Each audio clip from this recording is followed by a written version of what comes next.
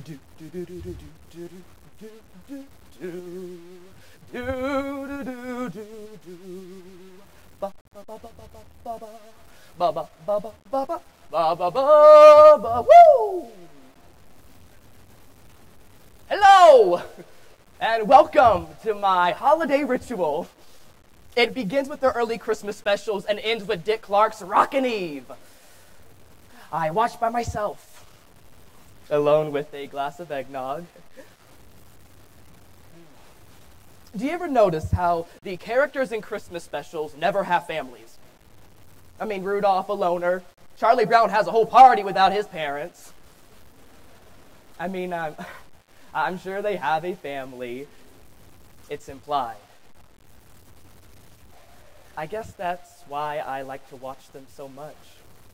People assume I have a family. It's implied.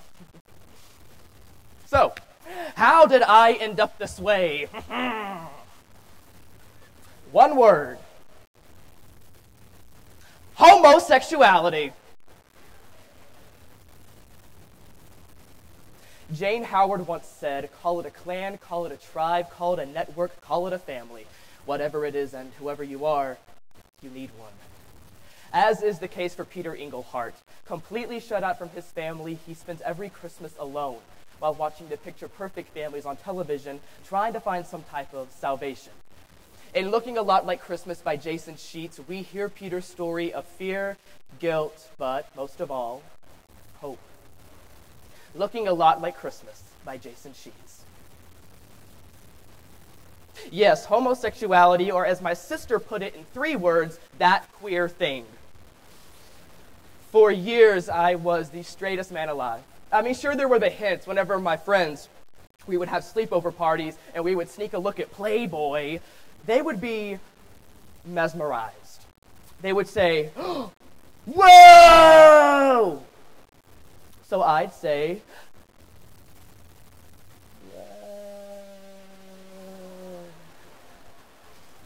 but I never really understood what all the woeing was about, so the thoughts were there, but that's all they were. Thoughts. In college, I hid it. I was much too busy. It was always something else, you know, a paper, a party, anything but the topic of romance. Anything but that. But then I met someone. Not just anyone, but the someone. The someone that you always dream about. In my first year at the office, Tom asked me out for drinks. I didn't think it was a date, and it probably wasn't at first, but well, as the seasons changed from autumn to winter to spring, I knew. And when Tom said that he loved me, I had no problem loving back. Well, one problem. My family. Woo! My family would be stunned. They'd call a therapist, a priest, and my old high school prom date simultaneously and plan a conversion. It would be hell. So, when I finally got the strength up to tell my family, 28 months later, I decided to do it in style. Pizzazz. Christmas dinner. Extended family and all. It opened as planned. Mom fixed the potatoes and the ham. My dad said grace. My sisters complained of the fat content. Grandpa stated that it was nice to have the family together for the holidays. And thus begins another Christmas at the Engleharts. I was ready. Everyone, I wanted to tell you all something. I know that you've all said that I should date more, but I just want to let you all know that I have met someone. Actually, we have been dating for close to 3 years now.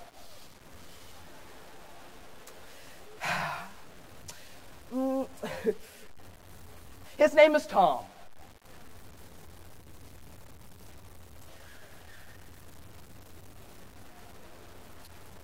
You know how you learn in science class that at 0 degrees Kelvin, all motion ceases. Yeah, 0 degrees Kelvin, right there at the dinner table. My dad gave me this look like he should have played more football with me when I was a child. My mother just stared into space, and my sisters looked at me like I had just stole their boyfriends.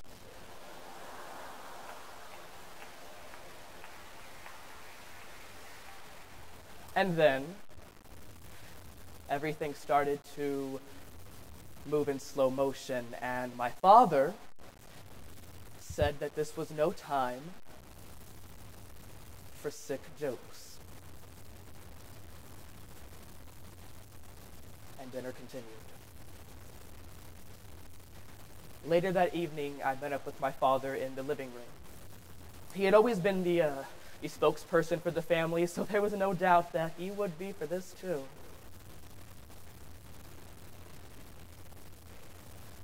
But what do you want me to say? What, that I'm happy? Well, I'm not. I mean, you have chosen such a difficult lifestyle. I know. Look, I know that it's not a choice.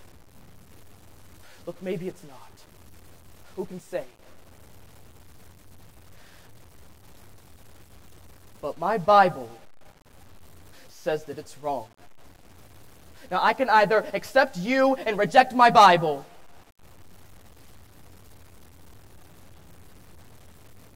or I can accept my Bible and reject you. Do you even understand the decision that you're forcing upon this family?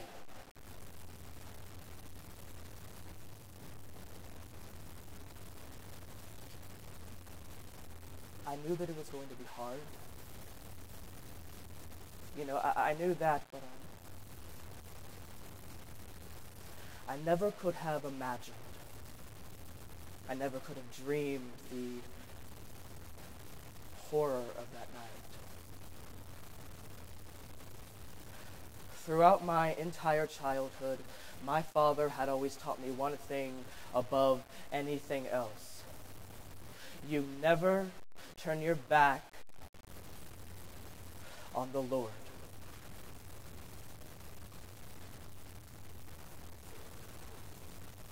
And that's what he chose to follow that night. Not turning his back on the Lord meant my entire family turning their backs on me. There was only one person in this world who hadn't completely turned his back on me. Yet. But he did. 3 weeks later, he said that he didn't envision a future for us.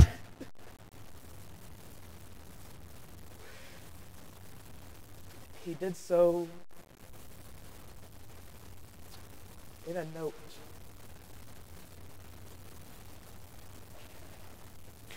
My entire life.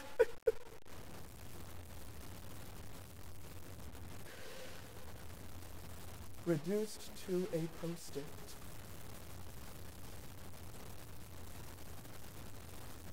And then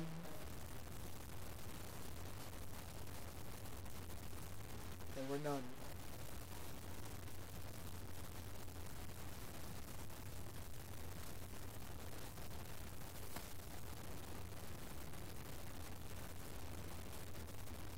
So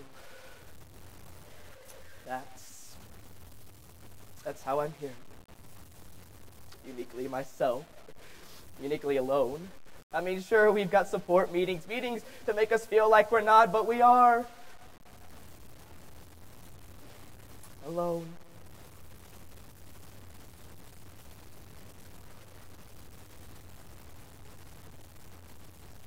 You know, I have made the right decision. To be true to myself.